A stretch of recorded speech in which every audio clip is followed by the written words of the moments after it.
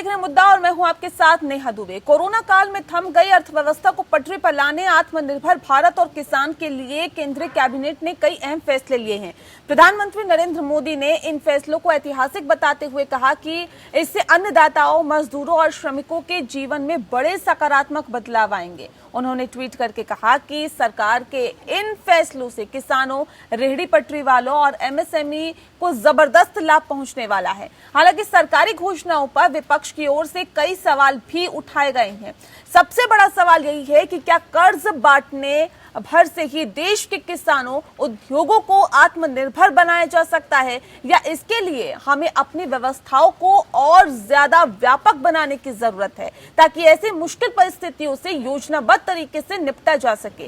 कांग्रेस नेता राहुल गांधी ने rating agency Moody's द्वारा भारत की अर्थव्यवस्था को डाउनग्रेड किए जाने का हवाला देते हुए कहा है कि एमएसएमई सेक्टर और गरीबों के लिए सरकारी मदद की कमी के चलते अभी स्थिति बद से बदतर होगी।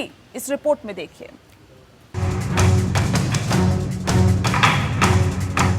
एमएसएमई को भारतीय अर्थव्यवस्था की रीढ़ कहा जाता है, जिसकी संख्या करीब 6 करोड़ है। कोरोना महामारी के कारण लगातार गिर रही अर्थव्यवस्था को संभालने के लिए मोदी सरकार ने एमएसएमई के लिए राहत पैकेज का ऐलान किया है, ताकि इस महत्वपूर्ण सेक्टर को संभाला जा सके। सरकार ने एमएसएमई की परिभाषा को और भी अधिक विस्तार दिया है।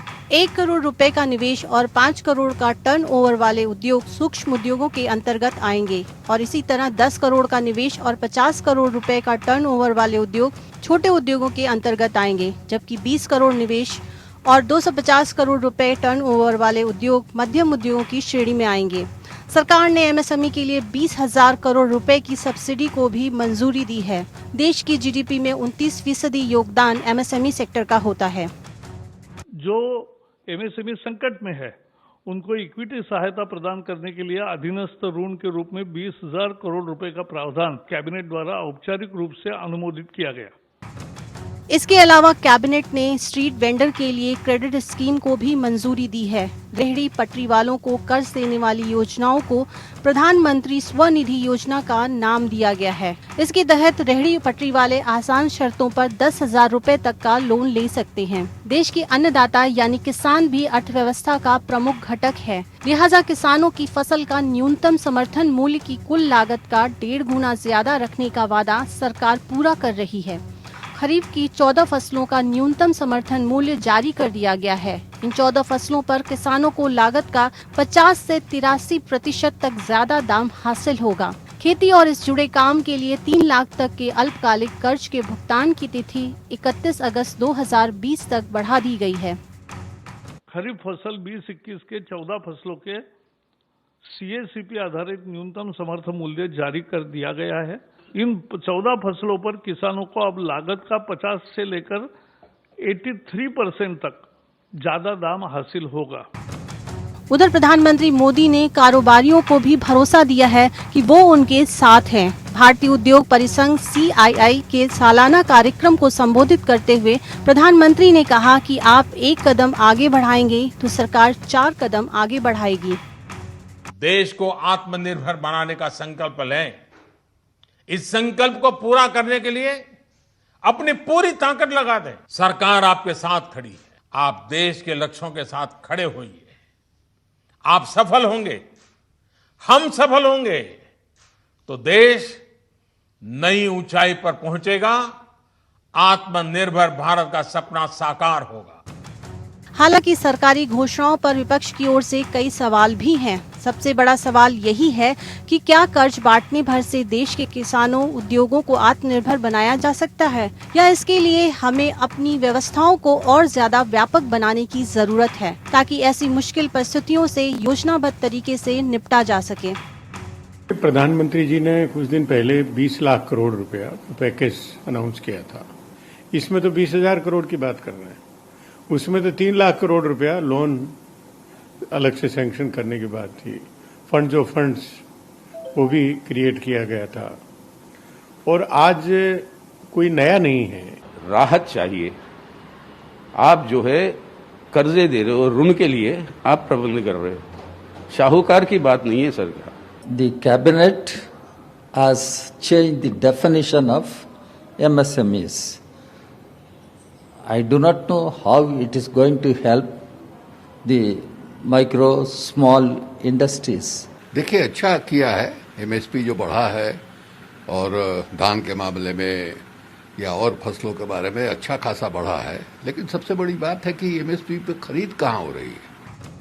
मोटे तौर पर अगर देखा जाए तो तमाम ऐलान के जरिए मोदी सरकार ने आत्मनिर्भर भारत का रोड मैप तैयार कर दिया है। अब इस पर काम करने और आगे बढ़ने की जरूरत है। अगर ये तमाम घोषणाएं जमीन पर उतरती हैं तो इससे 66 करोड़ लोगों को फायदा होगा। इसमें 55 करोड़ खेती पर निर्भर लोग हैं, जबकि 11 करोड़ वो लोग हैं जो एमएसएमई में काम कर रहे हैं। Bureau report. तो कोरोना काल में थम गई है अर्थव्यवस्था और उसको पटरी पर लाने के लिए सरकार भरपूर कोशिश कर रही है। आत्मनिर्भर भारत और किसानों के लिए केंद्रीय कैबिनेट ने कई अहम फैसले लिए हैं। फैसले तो ले लिए गए हैं, लेकिन उसे कैसे अमल में लाया जाएगा और उसमें पारदर्शिता कैसे लाई जाएगी जिससे कि लाभार्थियों तक सीधे उसका लाभ पहुंचे, इस पे आज हम तफसील से चर्चा करेंगे। और चर्चा इस बात पर भी करेंगे कि अर्थव्यवस्था को पटरी पर लाने के लिए सरकार तो तमाम कदम उठा रही है, लेकिन कौन कौन सी चुनौतियां हैं जिसका सामना अब सरकार को करना होगा और कैसे वापस अर्थव्यवस्था को पटरी पर लाया जाएगा, इस पे आज हम तफसील से चर्चा करेंगे। हमारे साथ खास मेहमान मौजूद है, उनसे आपका तारुफ करा देते हैं। मुकेश मोहन गुप्ता जी हमारे साथ है, अर्थशास्त्री हैं, सीधे हमारे साथ जुड़ गए हैं। बहुत स्वागत है सर आपका। सवाल इस बात को लेकर है कि देश की अर्थव्यवस्था की अगर हम बात करें हिचकोले खा रही है, लेकिन ऐसे में किस तरह से इसे बेहतर बनाया जाएगा, इसके लिए सरकार लगातार फैसले ले रही है। क्या लगता है, क्या कुछ चुनौतियां फिलहाल सरकार के सामने हैं? देखिए, चुनौतियां सबके सामने हैं। चुनौतियां सरकार के सामने हैं, चुनौतियां इंडस्ट्री के सामने हैं, चुनौतियां लेबर के सामने हैं। और ये जो चुनौती है ये ऐसा नहीं है कि किसी ने क्रिएट कर दी है। ये जो चुनौती है, ये चुनौती आई है एक ऐसे कारण से जो जिसको पूरे विश्व में जिसने आतंक फैलाया हुआ है। जो हमारी सरकार है, मैं ये कहूंगा कि उद्योगों के लिए पूरी तरह से वो शायद सजग है और जो भी एक्शन उनसे बन पा रहा है, अगर हम ये उम्मीद करें सरकार से कि इस समय इंडस्ट्री को कोई गिफ्ट दे दे या कोई बिना लोन का कोई ऐसा फल दे दे, देखिए हमें सरकार की भी मजबूरी समझनी पड़ेगी, वो पॉसिबल नहीं है। लेकिन अगर लिक्विडिटी आएगी बिजनेस में, चाहे वो डेट के द्वारा आए, वो पैसा जो है वो लेबर में जाएगा, वो सप्लाई चेन में यूज होगा, वो लोगों के पास जाएगा, उससे डिमांड बढ़ेगी। तो अभी जो मैं समझता हूँ, जो सरकार ने डेफिनेशन बढ़ा दी है एमएसएमई की, मेरे हिसाब से अब 5000 से ज्यादा कंपनियां नहीं बची हैं जो एमएसएमई से बाहर है। और ये सारे जो फायदे हैं जो एमएसएमई सेक्टर को मिलते हैं, वो इन सब जो उद्योग है उन सबको मिलेंगे। ये बड़ा कदम है। इसके अलावा जो पहली बार हो रहा है शायद विश्व में, भारत में तो कम से कम मैं इसको वाउच कर सकता हूँ कि किसी एनपीए अकाउंट्स के लिए कह रही है सरकार कि भाई अगर आप एनपीए हो गए, देखिए एनपीए होने के बहुत से कारण होते हैं। कई बार इस प्रमोटर्स की गलती है, कई बार बियॉन्ड इस कंट्रोल भी हो सकता है। यानी जैसे सरकार ने कहा कि भाई पैसा कहीं पर अगर गवर्नमेंट डिपार्टमेंट में या किसी सीपीएससी में आपका पैसा फंसा है, वो नहीं मिल पा रहा है, उस वजह से अकाउंट एनपीए हो गया। तो अब सरकार ने कहा कि भाई हम आपको एनपीए से बाहर निकालेंगे, आपको सबऑर्डिनेट डेट देंगे। मैं समझता हूँ ये बड़े कदम है। जो कदम है वो धीरे धीरे ठीक है सर, आर्थिक पैकेज का ऐलान किया गया, 20 लाख करोड़ रुपए के आर्थिक पैकेज का ऐलान किया गया, एमएसएमई का दायरा भी बढ़ाया गया, ठीक है। बावजूद इसके मूडीज, फिच या एसएनपी कंपनी इनकी बात करें तो ये इनकी जो ये एजेंसियां हैं वो रेटिंग घटा रही है भारत की कि आने वाले वक्त में जो हालात है वो और गंभीर हो सकते हैं।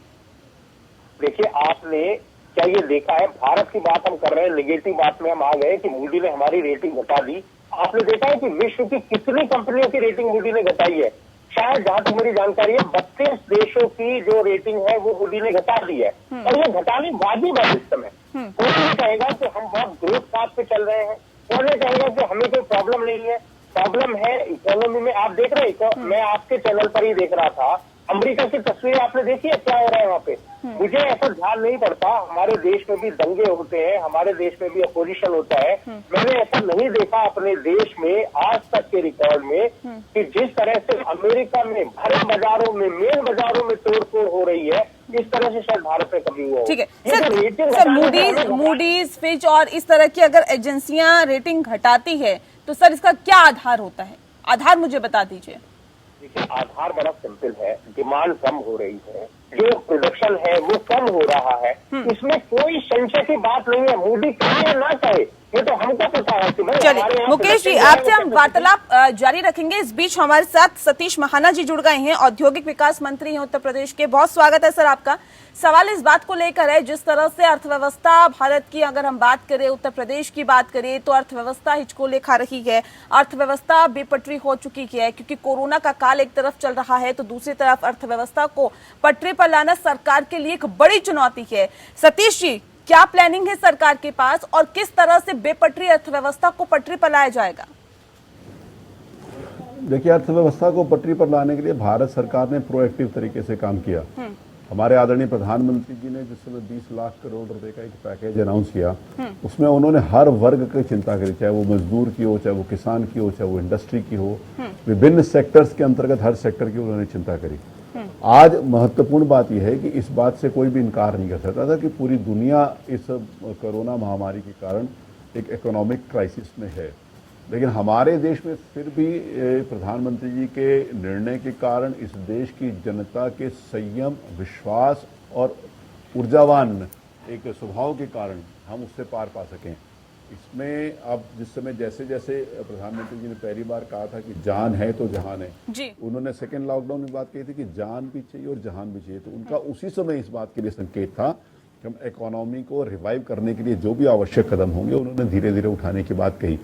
आज फोर्थ लॉकडाउन जब खत्म हो गया तो अनलॉक फर्स्ट का जिस समय चालू हुआ, उस समय सारे के सारे इकोनॉमिक एक्टिविटीज को रिवाइव करना।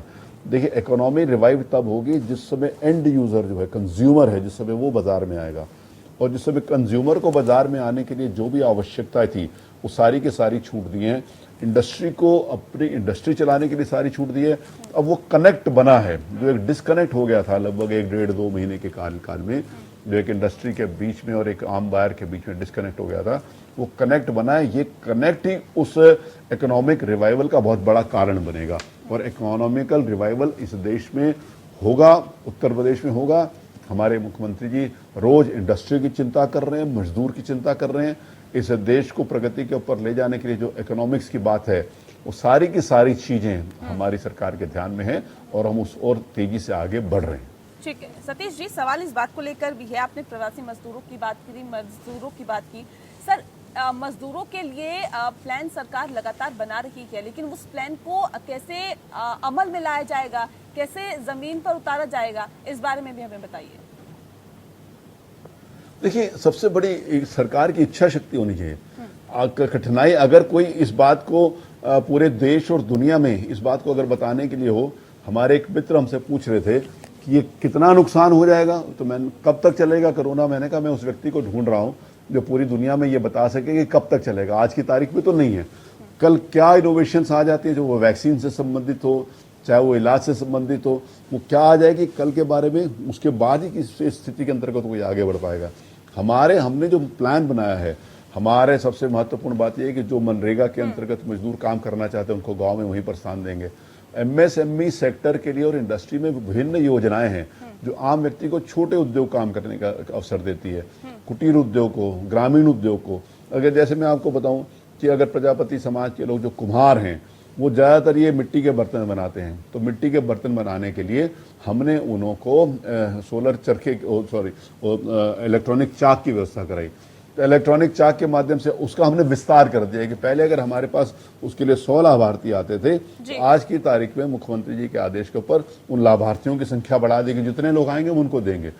चरखे की बात थी, जो लोग सूत कराते हैं, छोटे काम करते हैं, तो उनके लिए हमने सोलर चरखे की बात करी, तो वो हम उसको तेजी से उनको उपलब्ध कराएंगे। तो सरकार की जो वर्तमान में योजनाएं हैं हम उसका विस्तार करेंगे, और जो हमारी इंडस्ट्रीज जो पिछले 1.5-2 महीने से लगभग बंद की स्थिति में थी, उनको स्ट्रांग हैंड होल्डिंग करके, उनके आ रही प्रोसीजरल कठिनाइयों को दूर करके, और मार्केट, जैसे मैंने बोला कि मार्केट को खोल कर एक वो कनेक्ट इंडस्ट्री भी रिवाइव करेगी।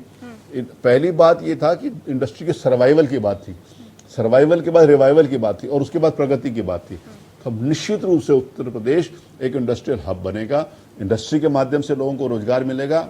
हाँ, मैं यहाँ पर एक बात और कहना चाहता हूँ कि सारा रोजगार इंडस्ट्री नहीं देती, इंडस्ट्री 15 से 20% रोजगार देती है।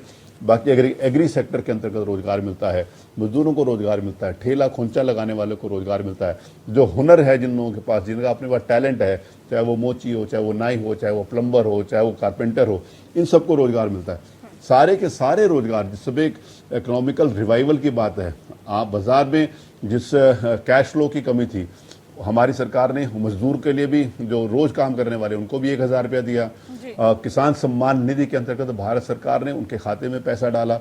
तो पैसे का इनफ्लो भी जिस योजना के अंतर्गत जो पात्रता श्रेणी में आते थे उनको समय से पहले पहुंचा दिया गया। ये भी एक बहुत बड़ा कारण बनेगा इकोनॉमिकल रिवाइवल। सर, ये कहीं ना कहीं जो छोटे छोटे फैसले हैं ये राहत जरूर देते हैं मजदूरों को, लेकिन सवाल इस बात को लेकर भी है कि अगर हम बात करें नोएडा की, अगर हम बात करें उत्तर प्रदेश की, बात करें आगरा की, तमाम बड़े शहरों की अगर हम बात करें सर, यहाँ पर इंडस्ट्री लगी हुई है, कारखाने लगे हुए हैं, फैक्ट्रियां लगी हुई है, यहाँ से मजदूर अब अपने गांव की तरफ पलायन कर चुका है।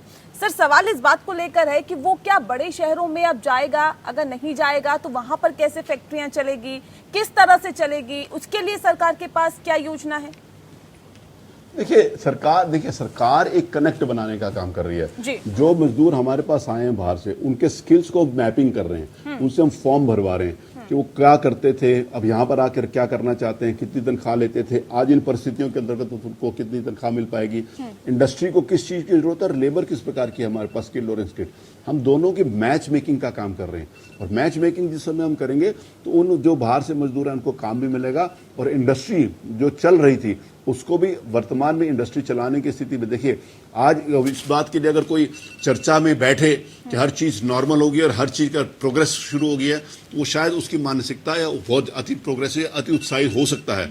लेकिन जीवन के फैक्ट्स को समझ के कि हम उस और विश्वास के साथ जा रहे हैं, we will not leave any stone unturned in the interest of the industry, in the interest of the labours. और जिस समय हम इन दोनों के कोई भी ऐसा अवसर हम नहीं खोएंगे जो इन दोनों के रुचि का हो, इनके हित का हो, और उसी के हित में ही प्रदेश की इकोनॉमी का हित होगा। मजदूर किसी भी श्रेणी का हो, हर स्तर के ऊपर उसको काम मिलना चाहिए। जी सतीश जी, एक सवाल बहुत अहम हो जाता है, क्योंकि आपकी राय का हमारा एक खास कार्यक्रम जाता है, उसके जरिए हम लोगों की राय जानते हैं, और उन लोगों की राय के जरिए ही मैं आपसे एक सवाल भी पूछना चाहती हूँ। दरअसल सवाल इस बात को लेकर है कि प्रधानमंत्री की तरफ से 20 लाख करोड़ की एक आर्थिक पैकेज की घोषणा कर दी जाती है, लेकिन वो आर्थिक पैकेज सर लोगों तक कैसे पहुंचेगा और उसके अंदर कितनी पारदर्शिता होगी, ये भी हमारे दर्शक जानना चाहते हैं।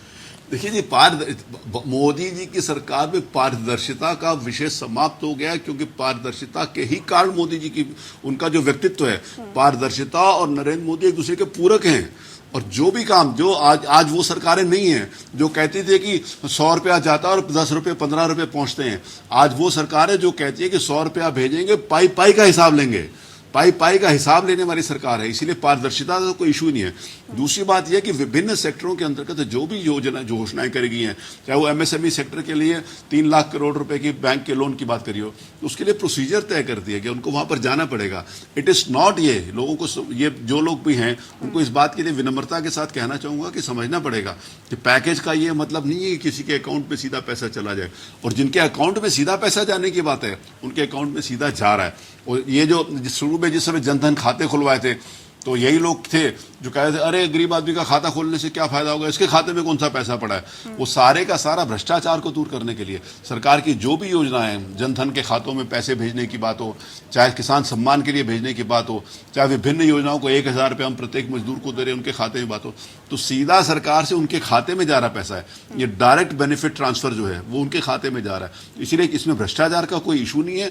और विभिन्न योजनाओं के अंतर्गत जैसे जिसको लाभ मिलना है, अब 40,000 करोड़ रुपया ये कह दिया गया कि मनरेगा के मजदूरों के लिए अतिरिक्त उन्होंने बजट कर दिया, तो जो मनरेगा का मजदूर काम करेगा उसको पैसे मिलेंगे, इसी तरीके से जाएगा। ठीक है सर, कृषि की अगर हम बात करें तो कृषि प्रधान देश हमारा कहा जाता है। उत्तर प्रदेश में भी कृषि जो है एक कमाने का एक बढ़िया साधन है। ऐसे में कृषि में बेहतरी के लिए अब सरकार क्या कुछ करना चाह रही है?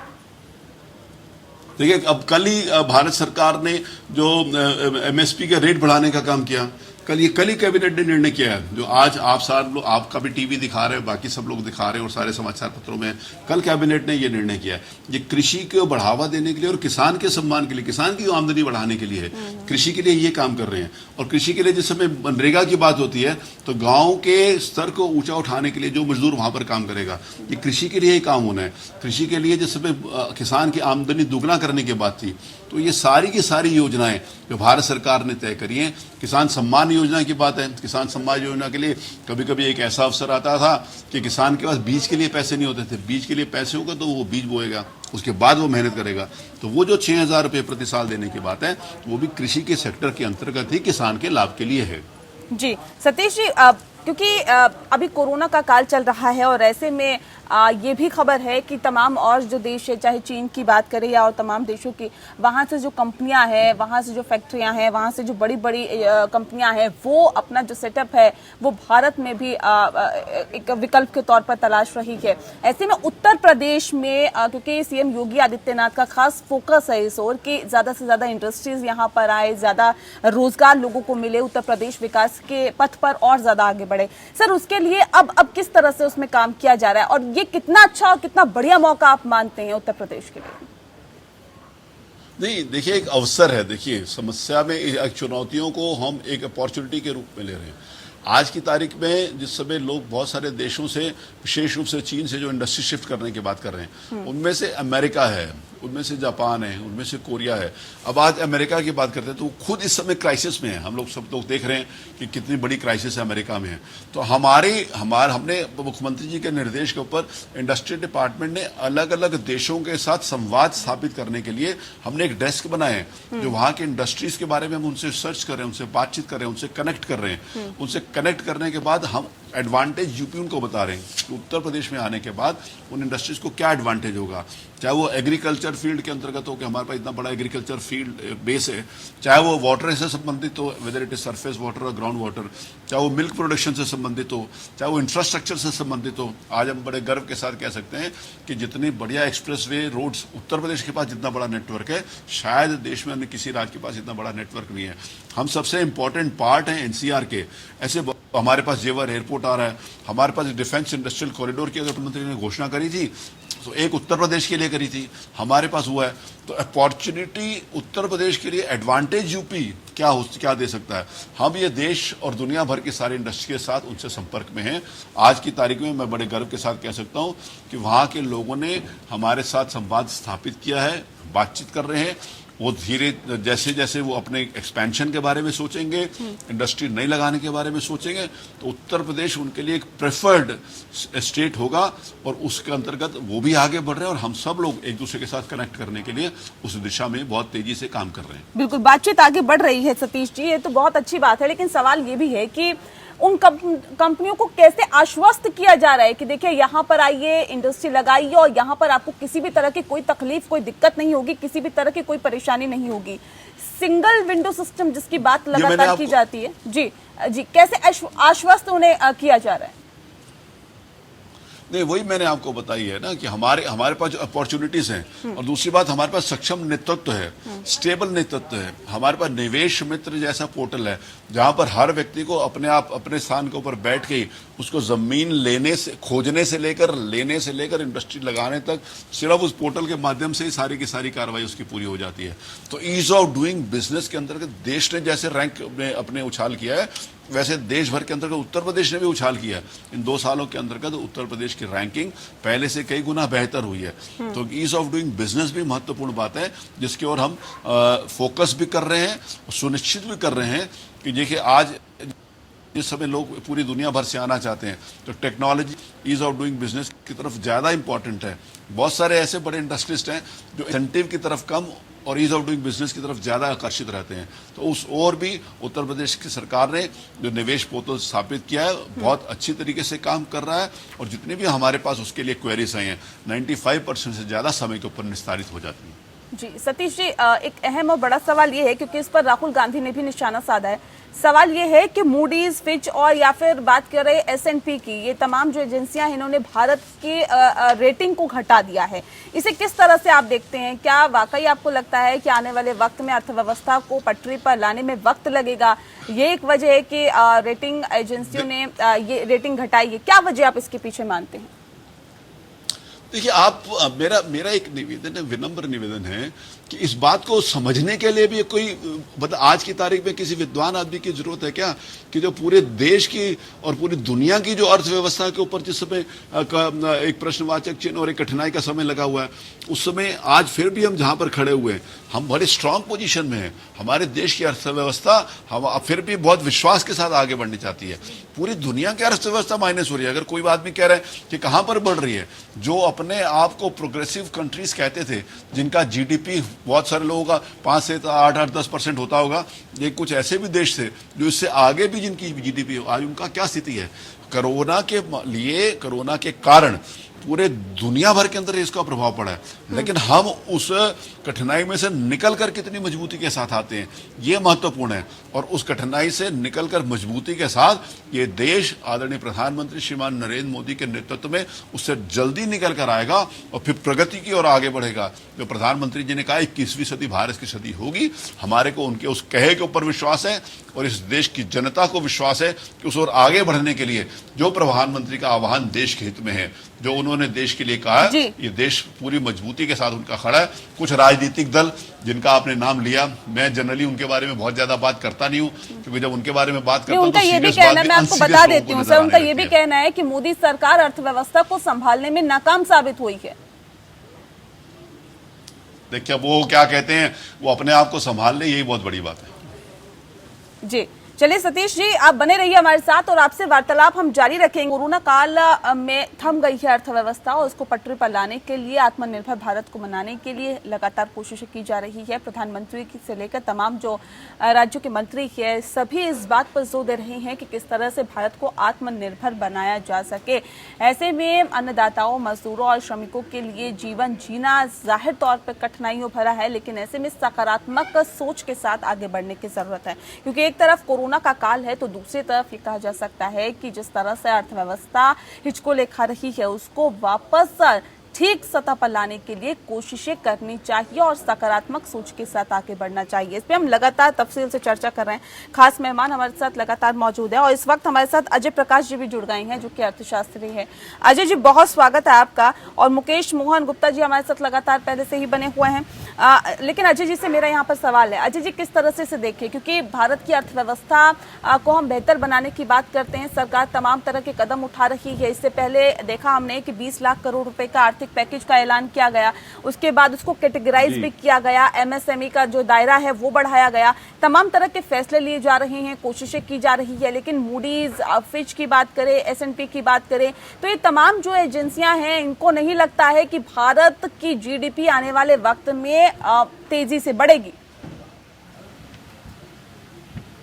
देखिए, भारत की जो अपनी एक ज़रूरतें हैं, वो इतनी जो 138 करोड़ लोग हैं, उनकी अपनी ज़रूरतें तो हैं। और पूरी दुनिया जिस वक्त भारत की अर्थव्यवस्था की बात करती है, तो वो भी इसी बात पर करती है कि हमारे यहाँ इतने सारे लोग हैं, जिस वजह से हम इस अर्थव्यवस्था को शायद बहुत आराम से संभाल सकते हैं। लेकिन इस अर्थव्यवस्था को संभालने में एक ही परेशानी इस वक्त आ रही है, और वो परेशानी इस चीज़ की है कि हमारे पास ज्यादातर लोग 2 महीने से उन्होंने क्योंकि कुछ कमाया नहीं, और कमाई न होने की वजह से उनके पास जो है वो पैसा जितना था उसमें से काफी हद तक खर्च हो चुका है। तो अगर हमारे पास डिमांड आएगी तो उस डिमांड में थोड़ी सी कमी हो जाती है, ये एक बहुत बड़ी परेशानी आती है। और सप्लाई साइड दूसरी तरफ आ जाती है। जिस जगह के ऊपर परेशानी जो हमको दिखाई देती है वो ये होती कि प्रोडक्शन, अगर हम अभी लें तो कहा जा रहा है कि 80% यूनिट शुरू हो गई हैं, लेकिन ये 80% यूनिट्स जो हैं वो 25% जो है ऑपरेशनल कैपेसिटी पे जो है ऑपरेट कर रही हैं। इसके माने अगर देखें तो करीब 30 से लेके 40% टोटल प्रोडक्शन कैपेसिटी भारत में इस वक्त शुरू हो पाई है। इसके आगे भी शुरू हो पाना वो एक थोड़ा सा जो है जरा सा मुश्किल सा प्रतीत होता है। तो मुझे लगता है शायद जो आप प्रश्न हमसे पूछ रही हैं कि किस प्रकार से हम इन चैलेंजेस को फेस करेंगे, और खास करके इस परिप्रेक्ष्य में कि भारत में अलग अलग जो पैकेजेस दिए जा रहे हैं, उन पैकेजेस से हम कैसे जो है इसको इस अर्थव्यवस्था को ठीक कर सकें, उसमें परेशानी हमारे पास ये आ रही है कि पूरे की पूरी जो कैपेसिटी है वो हम यूटिलाइज नहीं कर पा रहे हैं, क्योंकि हमारे पास जो श्रमिक हैं वो भी काम करने वाले नहीं। और इसका एक टाइम भी ऐसा रहा है कि जिस वक्त श्रमिक बाहर गए उसी वक्त हमारी प्रोडक्शन कैपेसिटी शुरू हुई, वो प्रोडक्शन शुरू हुआ, तो इसमें एक मिसमैच हो रहा है। जी ठीक है गुप्ता साहब, सवाल आपसे है कि सिर्फ लोन देने से ही काम चल जाएगा? क्या लगता है और भी कदम यहाँ पर सरकार की तरफ से उठाने चाहिए? एक बेहतर रोड मैप तैयार करने की जरूरत है जिससे कि लोगों को और भी काफी हद तक राहत मिल सके। देखिए, सरकार खाली ऐसा नहीं है कि लोन दे रही है। मैंने जैसे आपको मैं शुरू में भी आपसे बता रहा था कि बहुत सारे ऐसे कदम उठा रही है सरकार, जैसे एमएसएमई की डेफिनेशन बढ़ा दी। तो अब अगर मैं देखूं तो कुल 5000 कंपनीज मैं ख्याल समझता हूं ऐसी होंगी जो एमएसएमई सेक्टर से बाहर होंगी, और ये जितनी फैसिलिटी अनाउंस की जा रही है वो सब फैसिलिटी उन सब। दूसरी बात जो मैंने आपको शायद पहले भी कहा था कि एनपीए अकाउंट्स को क्या कहा जा रहा है कि भैया उनको भी लोन देंगे, और लोन ही नहीं, उनको सबऑर्डिनेट डेट। देखिए, अगर हम ये डिमांड करने लगे सरकार से कि भैया आप एमएसएमई सेक्टर खातों में पैसा डाल दो हैं और वो एक तरह से गिफ्ट दे दो, आपको वो कोई ग्रांट दे दो, ये अगर हम डिमांड करें तो शायद ये गलत डिमांड।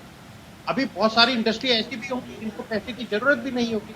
जैसे सतीश जी कह रहे थे, तो ठीक कह रहे थे, तो ये कह रहे थे कि भाई अगर आप ये सोचें कि हमने डायरेक्ट पैसा डालकर 20% एमएसएमई अकाउंट में, तो भी आपकी गलत सोच है।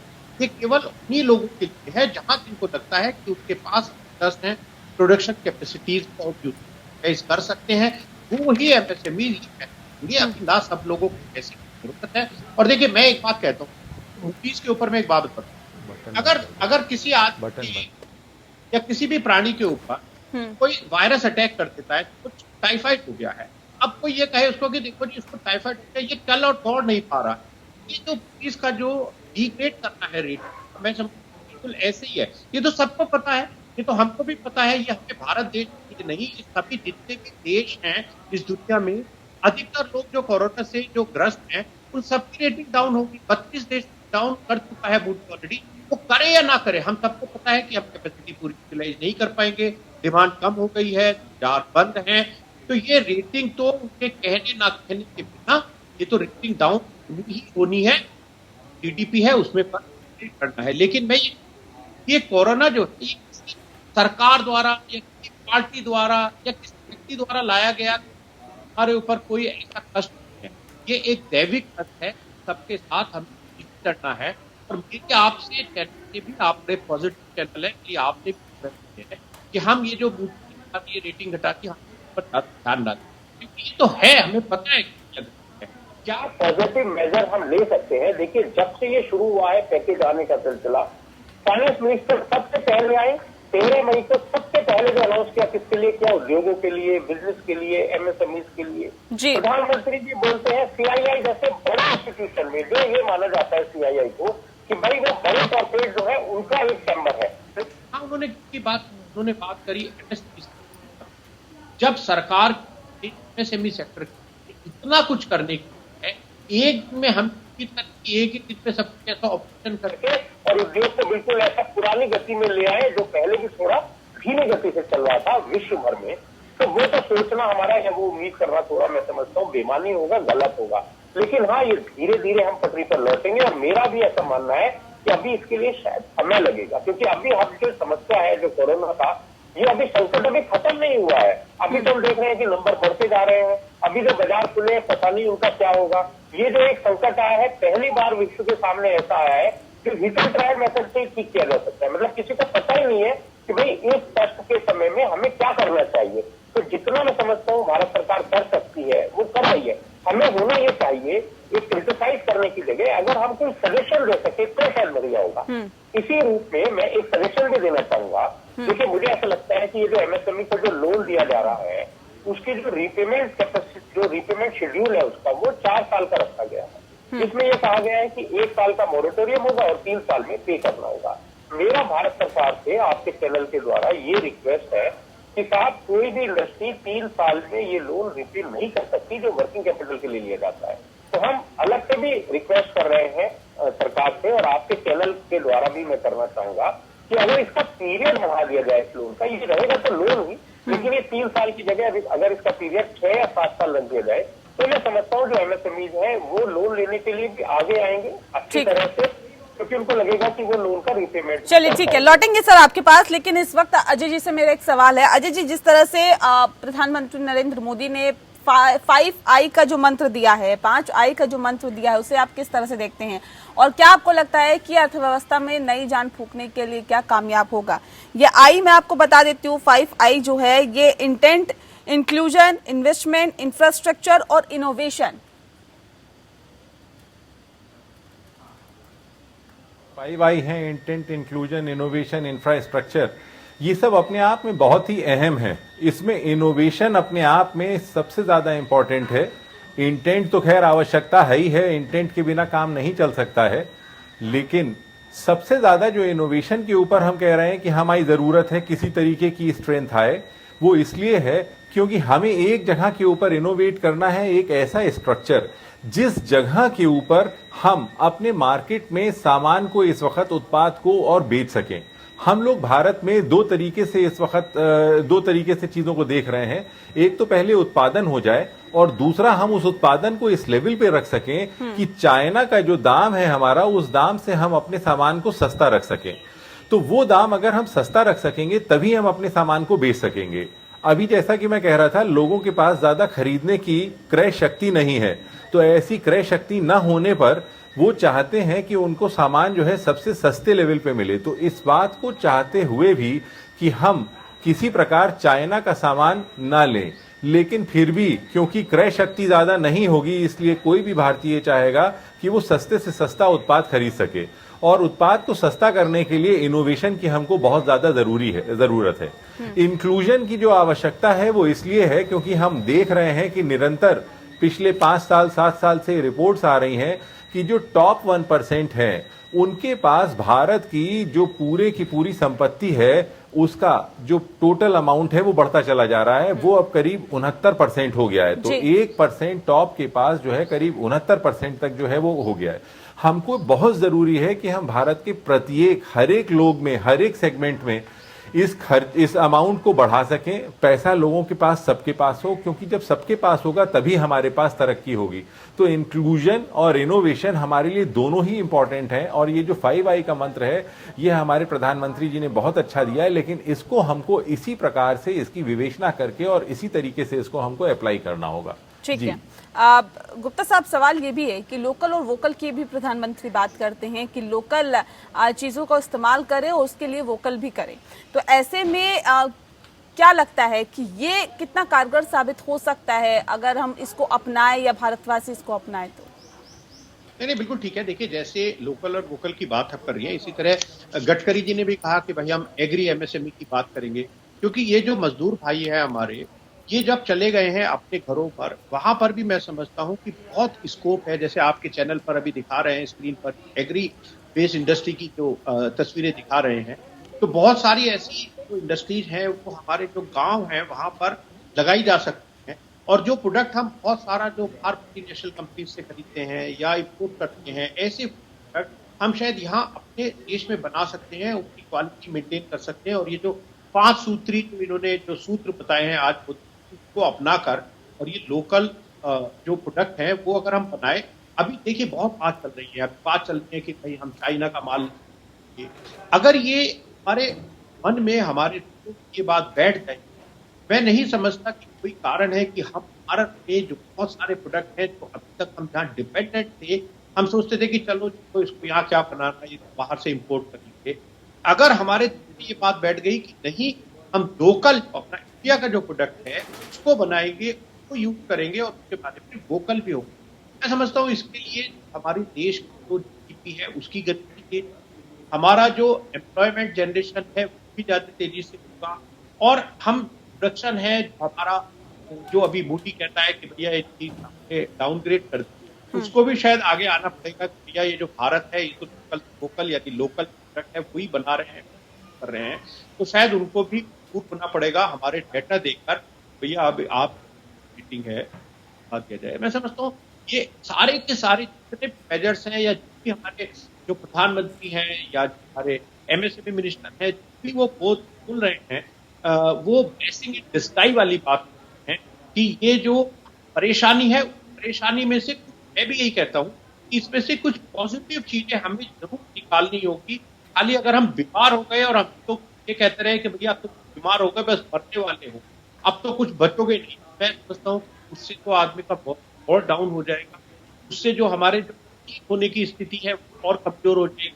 हमें पॉजिटिव रहना है इस समय और सिक्योर भी रहना है। हमें खाली केवल और केवल इकोनॉमी की बात ही नहीं करनी, हमें ये भी देखना है कि हम ठीक स्वस्थ कैसे रहेंगे, वो भी बहुत जरूरी है। मैं समझता हूँ हमारी इकोनॉमी आगे बढ़ने की तो जितने भी सूत्र हैं, जो भी गाइडलाइन है भारत सरकार की, होम मिनिस्ट्री की, मैं समझता हूँ कि हमें उनका भी पालन करना है। खाली ये नहीं देखना है कि भैया हमें बस जीडीपी बढ़ानी है, तो जीडीपी बढ़ाने के लिए बस पूरी फैक्ट्री खोल दो, सारे वर्कर्स को बुला लो, सब काम यहाँ करना शुरू कर दो, इंपोर्ट शुरू कर दो, इंटरनेशनल फ्लाइट शुरू कर दो। फिर तो अगर सब कुछ करना है, अगर हमें जीडीपी और बढ़ानी है तो फिर तो हॉल भी खोल देते हैं, सारे बंद हैं वो है।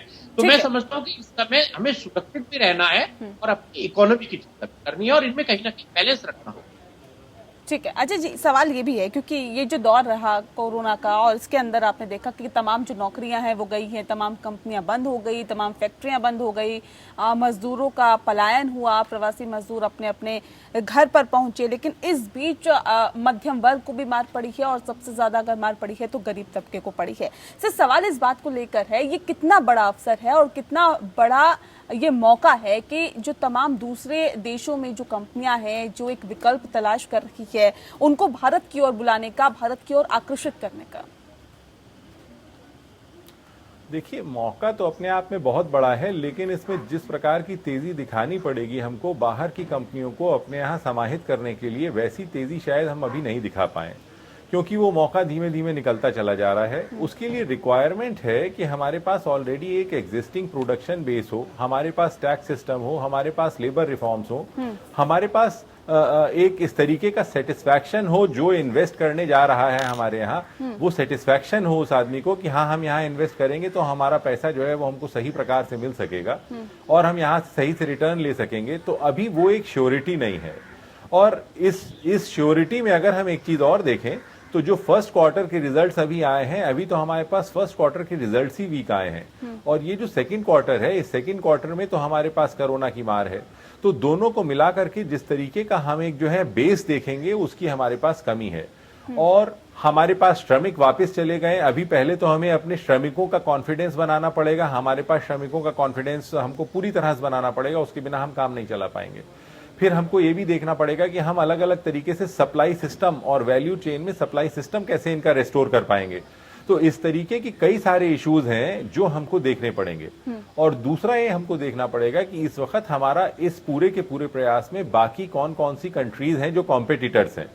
तो इसके अंदर हमारे पास 3-4 कंट्रीज ऐसी हैं जो कॉम्पिटिटर्स, कहीं कोरिया हमको दिखाई दे रहा है शायद वो भी हमारे यहाँ से कंपनियों को अपनी तरफ कंपनियों को आकर्षित कर रहा है, कहीं कुछ और कंट्रीज हैं साउथ ईस्ट एशिया की वो भी अपनी तरफ आकर्षित कर रही हैं।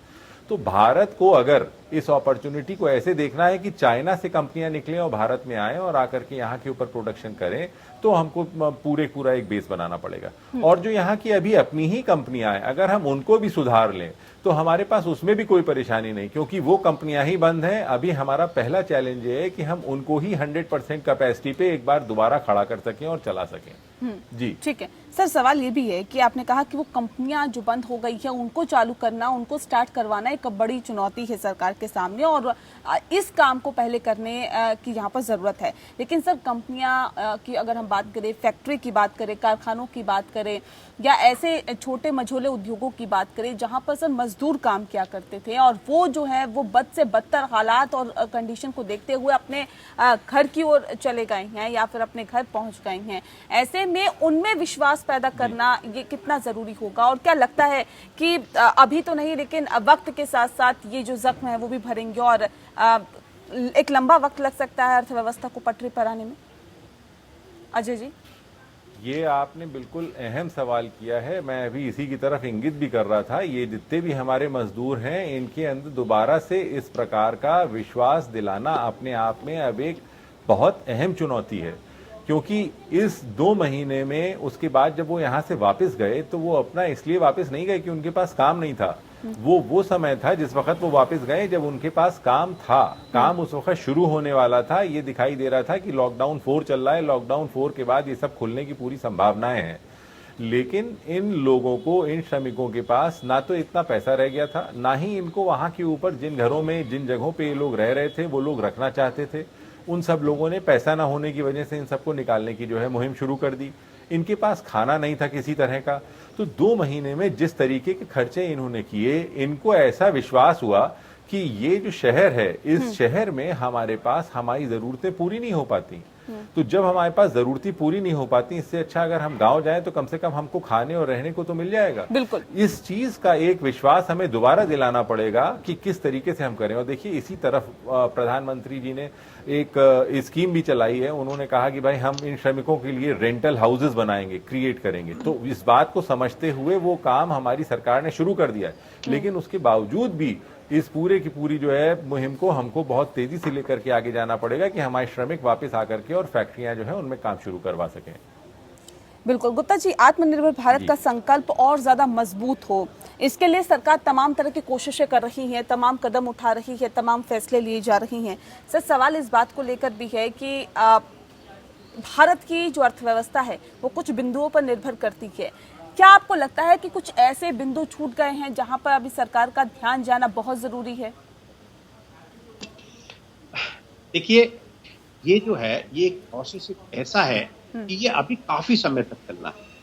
जो सरकार ने, अगर जब फाइनेंस मिनिस्टर ने 6 दिन तक लगातार जब ये अनाउंसमेंट किए इस पैकेज में 20 लाख करोड़ की, मैं समझता हूं उन्होंने हर सेक्टर को कवर करने की कोशिश की। चाहे वो रियल एस्टेट हो, चाहे वो एमएसएमई हो, वो एग्रीकल्चर हो, वो गरीब किसान हो, हर सेक्टर को, इंफ्रास्ट्रक्चर हो, हर सेक्टर को कवर करने की कोशिश की। अब बात आती है उनके इम्प्लीमेंटेशन का।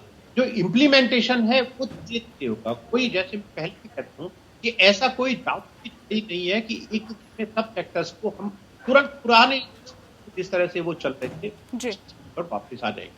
जहां तक जो बात आप कर रहे हैं, मेरी जानकारी में आया है तो सारे जो हमारे श्रमिक भाई बहन हैं वो वापस भी आना चाहिए। फैक्ट्री खुल गई है, मैं इस बात का गवाह, मेरे ऑफिस में जो चले गए हैं वो बात कर रहे हैं कि आप वापस आना चाहते हैं, और उससे कुछ लोग वापस आ भी गए।